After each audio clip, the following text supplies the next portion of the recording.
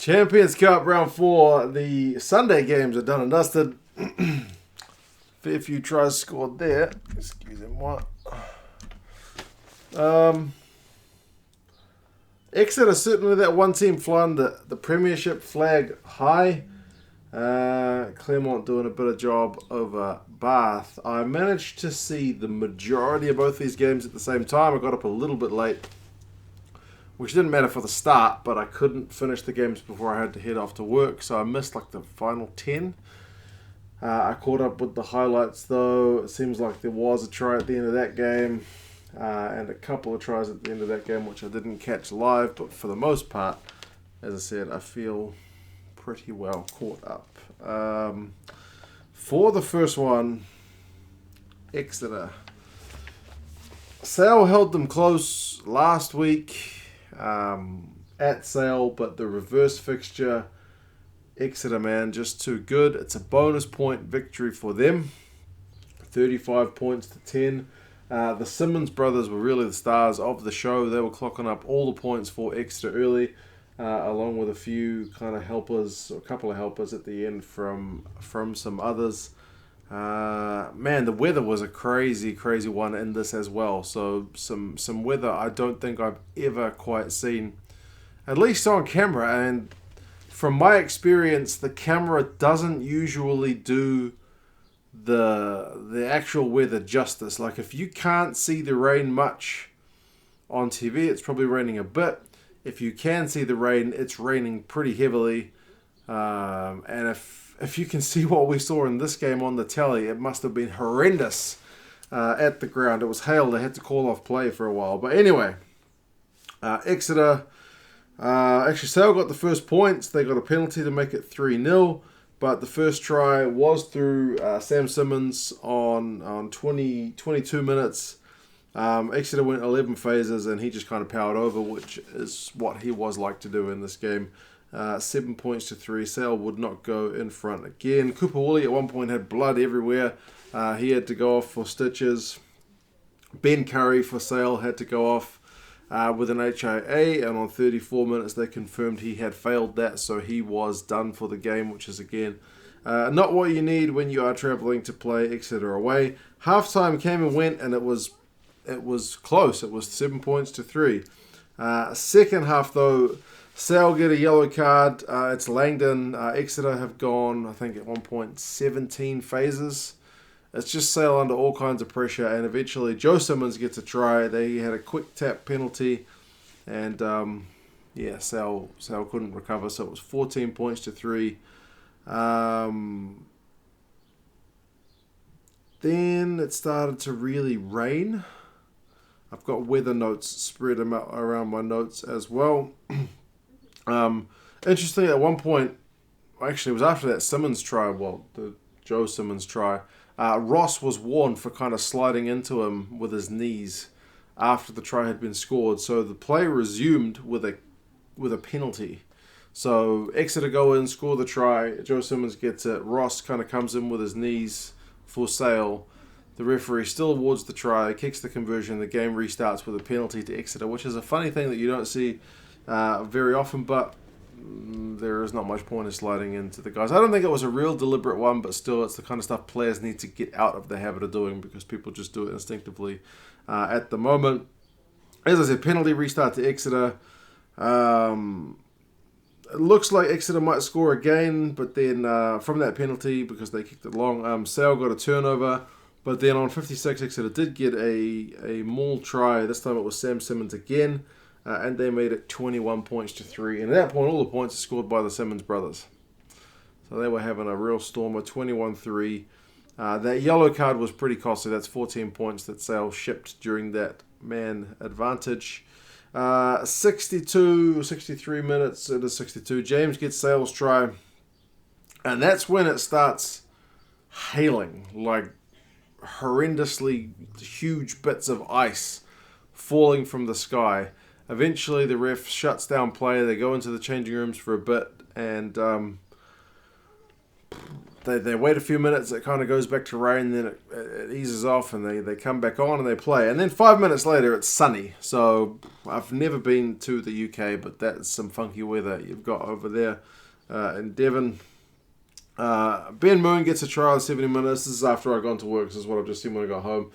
Ben Moon gets a try at 71. It's the bonus point try. It's 1 metre out. What else do you expect from a guy like Ben Moon, I guess? And Noel gets a try at 72 minutes. It's kind of a forward's try, but as Eddie Jones has compared Noel to before, he kind of plays like a forward sometimes. So, that was the final score, and it was 35-10. So,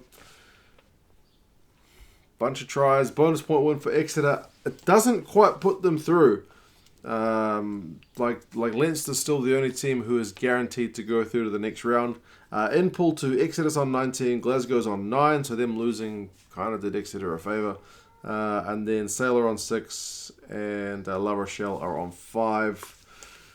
Exeter have got Glasgow away next, though. We're talking in the new year, so that'll be an interesting one. It's a must-win one for Glasgow. Sale will go away to La Rochelle in what is essentially a bit of a dead rubber. Stats: Exeter 441, Sale 258, so really struggled to get any go forward with the ball, did Sale. Possession 59% Exeter, territory 64% Exeter, tackling percentage Exeter 90, although Sale are still a very, very good 89. They made 230 tackles to Exeter's 147, so they were really under the gun for much of the game.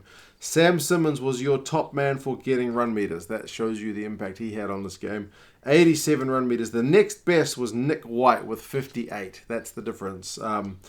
Ross was the top tackler for Sale with 23, and that's despite having 10 minutes in the bin for him as well. So, top stuff from Exeter. Like I said, they are the team from the Premiership that are doing really well this year, and they look like a tough lot to beat.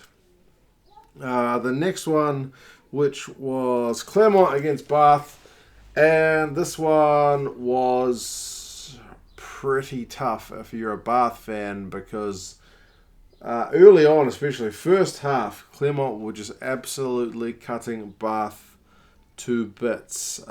First try was Ulagia. It was a line-out maul. He just peeled off and went over for the try. 7 minutes. Perno got a try. He kind of cut back inside. There was some play down the right wing. That made it 14-0 and not even at 10 minutes. Lopez did a cross kick to Raka, who just, the perfectly weighted kick, perfectly taken by him. 21-0, not even 21 minutes. Moala gets a try. Easy. I wrote a note, too easy. Poor defence. 26-0. Walker finally got one for Bath on 25 minutes. That was a maul. And the maul, if you're a Clermont fan, is the one area where you would be concerned, or if you're a Bath fan, you'd be pretty pleased because they were getting some real good pay from that. The TMO did check that Bath try to try and chalk it off, but the ref wasn't having it, so 26 points to 7. A chip through meant Raka went in for another one, 33-7. A big Clermont break down Raka's wing, and Moala went in for a try. I wasn't sure if the grounding was 100% clear, but oh well, it's one of those days if you're a Bath fan. So 40 points to 7. And then McConaughey got one right before halftime. It was a nice little pass inside. And it was 40 points to 14 at halftime. So when you compare it to that game, which I was watching at the same time, remember I do the dual screening thing, watching them delayed, you had 7-3 and you had 40 points to 14. So quite the contrast. Second half tightened up a bit, and you'd be more pleased with that one if you're a Bath fan. Although Lopez still did get a try early on in the second half. He just kind of shimmied his way over 45-14. Another more try for Bath. That time it was done, 45-21. The backs were even getting into that maul. That's how much they wanted to support the team. So never say die attitude from Bath, even if they had shipped a lot of points. 71 minutes, the bonus point try for Bath. This one's from Bayliss. So in a losing effort, they still picked up a bonus point, which is what I'm talking about. They never give up. 2 of these tries scored when they're already kind of 40 points down. So 45 points to 26. Bath did get a yellow card. towards the end, and then McIntyre went over after a big rucker tackle bust. Then Pinot had a line break. 52. That was it was McIntyre. 52 points to 26. Final score of that yellow card ended up costing Bath 7 points, but hey, there were plenty of other points scored, 15 on 15. So you look at Clermont's effort. Raka, Tuiava, Pinot all had 100 plus run meters. All of them. Not one person got one in that first game, so it was just cutting things loose. Run meters 630 to 225. That's lopsided. Possession 57-43. Territory 60-40. Tackling, I'm surprised Bath are at 80, but they're at 80. They made 128. Clermont 86. They only had to make 95 tackles. So that game dominated by defense. This game, a whole bunch of attack. I mean, if you look at that side, 26 points away from home is actually not that bad. It's just 52 points, which is not all that pleasing. So McConaughey beat 4 defenders in a losing effort. Some of the guys made a bunch of tackles. But that does leave Bath still bottom of the pool on 3 points. Harlequins on 5. This is pool number 3. Clermont are on 16, 1 point behind Ulster on 17.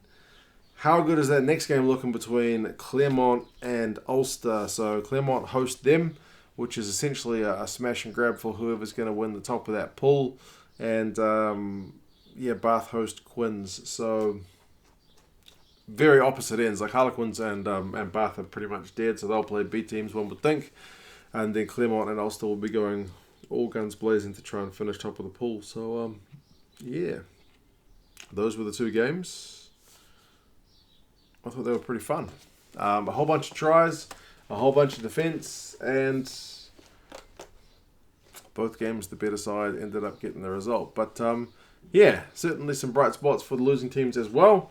You guys let me know your thoughts on these games. How did you think they went? Other kind of key moments? How about that weather in the Exeter game, man? If you haven't seen it, check it out because it was really crazy stuff. But see you later, guys. I'll talk to you again soon. Bye-bye.